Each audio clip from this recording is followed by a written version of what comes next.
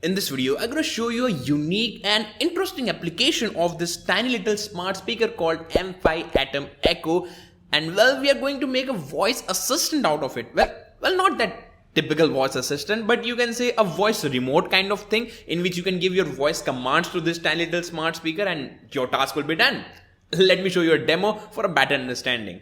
Turn on lamp.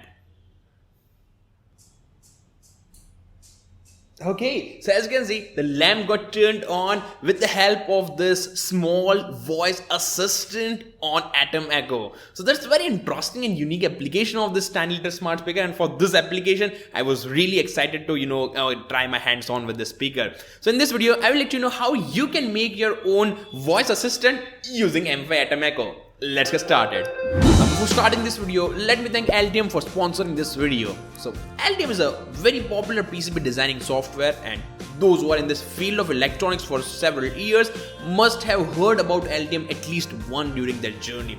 It's a very popular PCB designing company and they contacted me to try their software for my PCB projects. I recently shifted to their software for designing PCB and schematics, and I found it pretty easy to use and it's pretty straightforward, okay? And well, why I will recommend you to try this software? Well, it's just because it's a professional PCB designing software which is widely used by many big companies like Siemens, Seagate and Texas Instruments, and there are many companies out there. So if you are planning to make your career in this electronics, in this PCB designing and like manufacturing field, you need to have your hands on with this software because this is widely used in all popular and big companies.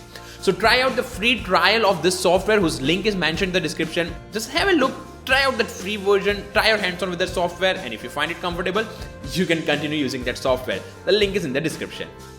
Now coming back to the video, so we were about to make our voice assistant using this Atom Echo. So those who are not familiar with this small device, I'll recommend you to watch out my previous video in which I just made you familiar with what this M5 Atom is all about and what are its features and what different kind of projects we can make using it. Everything is mentioned in that video, so do watch out that video. And for those who already watched, let's just jump on to the Arduino IDE and let's see how to program this board to make our voice assistant.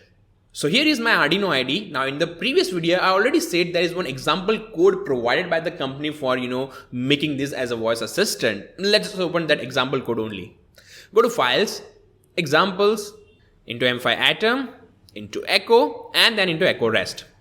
So here's the example code. So in this example code, we need to provide a couple of parameters just like SID name and password of our Wi-Fi router because this speaker do require internet connection for converting our speech to text. Okay. After providing the credentials, you need to provide one more thing, which is the token. Okay. So you need to provide a unique token for a unique M5 Atom Echo device. Now the question is, from where we can get this token? For that, you need to download one software called M5 Burner, which is available on the official website of M5 Stack. I'll mention the link of this page in the description. Just click on the download and just download the software according to your operating systems. I already downloaded that software. Let me just open that software. Okay. So after opening, just go to Atom. And you need to install this Echo STT, where STT stands for speech to text. In my case, just to save time, I already downloaded it. So now here is the button of get token to get the token. But before that, you have to connect your M5 Atom board via USB cable with your computer and just select the right COM port of your Atom device. After selecting the COM port, just click on get token button. Okay, so here is the token for my Atom Echo device. I'll simply copy it and paste it inside this code. That's pretty much it. Now we just need to upload this code to test out this example code. Now make sure you choose the configuration shown in the video. After that, just select the right COM port and hit the upload button. Okay, so the code is successfully uploaded. Let's just open the serial monitor. Let me press the reset button. Okay, as you can see, it is connecting to Wi-Fi and it got successfully connected to my Wi-Fi router. Now let's just test this example code. So for testing, what you need to do is you need to press and hold this button on the M5 Atom Echo, and after that you need to speak whatever you want to say. Okay, and let's just test by saying good morning. Look, okay, I'll press the button, good morning, and after saying you just need to release that button. So now the speech is processing. Now after processing, I hopefully be able to see the text good morning. Okay, let's just wait for this processing time. Okay, we got the response, but we are not able to see any good morning statement here. Rather, we got the result in some other language. Okay, so now the question is, how we can get the response in the English language? So even I was not aware about this thing. So I contacted the M5 Stack team and they replied very quickly, and they told me I need to change the language setting inside the code. And where is it? Let me just show you. They just told me to change this Mandarin to English. Okay, so now we should get the response in English only. Let's just re-upload the code and test it out. Okay, so the code is successfully uploaded. Once again, let's open the serial monitor. Let's press the reset button. Okay, it's connecting and it's got connected to my Wi-Fi router. I will again take up this board. I'll press this button and say good morning again. Let's just see the result this time. Good morning.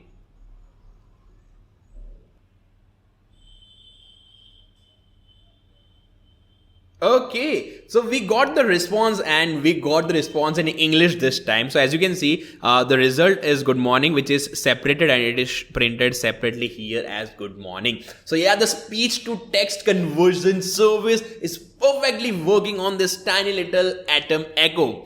Now the question is, okay, the service is working, but how to use this service, how to use this particular STT service.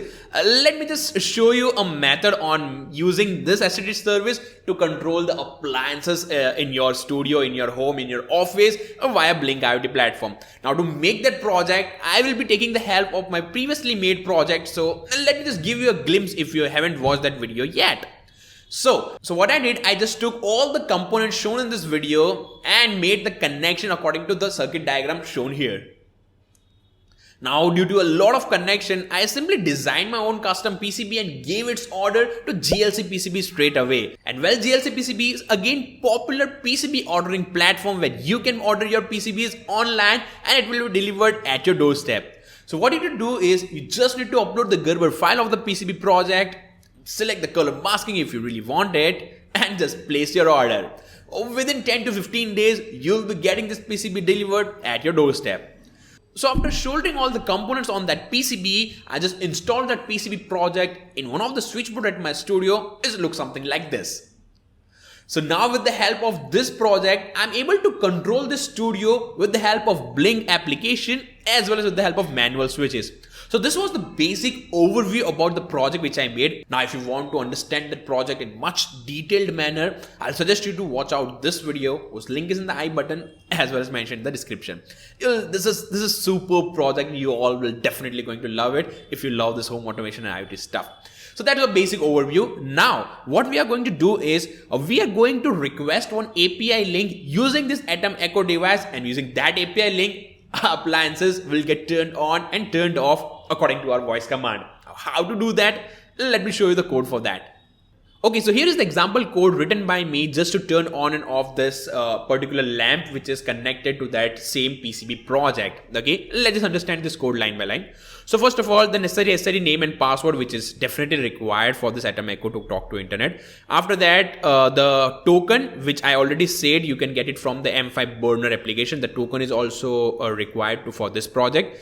And after that, there is one more thing required, which is the Blink authentication token. Yes, this project will be talking to the Blink server as well. So you need to have your Blink authentication token for your Blink project, which you must have received on your registered email ID. Okay, so what you do is you just need to copy this authentication token and just paste that token here.